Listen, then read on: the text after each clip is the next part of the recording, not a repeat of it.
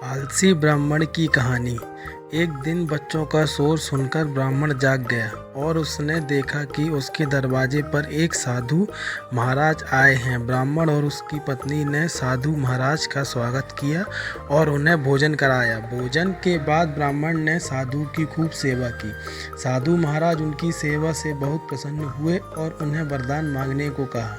ब्राह्मण ने वरदान मांगा कि मुझे कोई भी काम ना करना पड़े और मेरी जगह कोई और मेरा काम कर दे। तब साधु ने उसे वरदान में एक जिन देते हैं और साथ में यह भी कहते हैं कि जिन को हमेशा व्यस्त रखना, अगर उसे काम नहीं दिया तो वो तुम्हें खा जाएगा।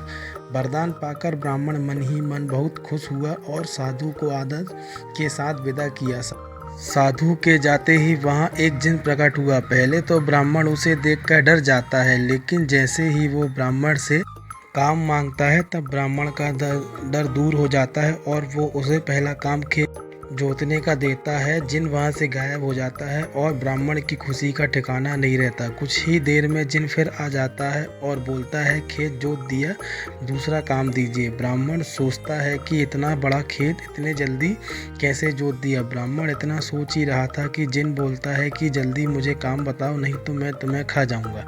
ब्राह्मण डर जाता है और बोलता है कि जाकर खेतों में सिंचाई करूं।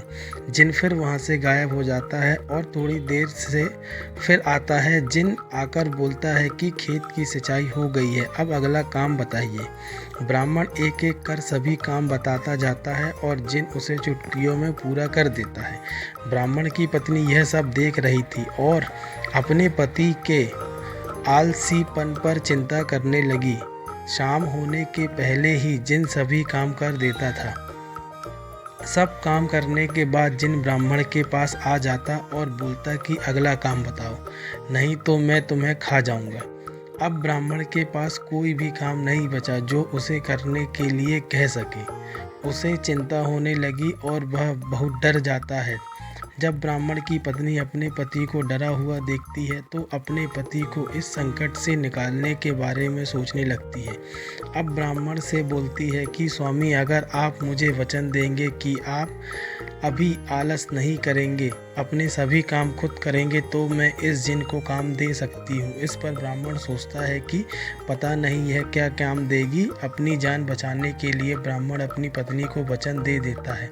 इसके बाद ब्राह्मण की पत्नी जिनसे बोलती है, हमारे यहाँ एक कुत्ता है, तुम जाकर उसकी पूंछ पूरी सीधी कर दो। याद रखना, उसकी पूंछ एकदम सीधी होना चाहिए।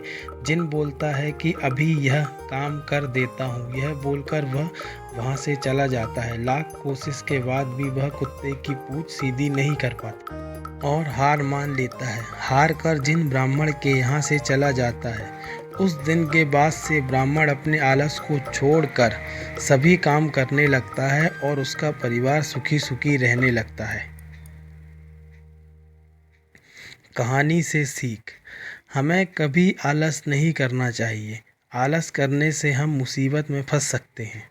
इसलिए हमें आलस छोड़कर अपना काम खुद ही करना चाहिए।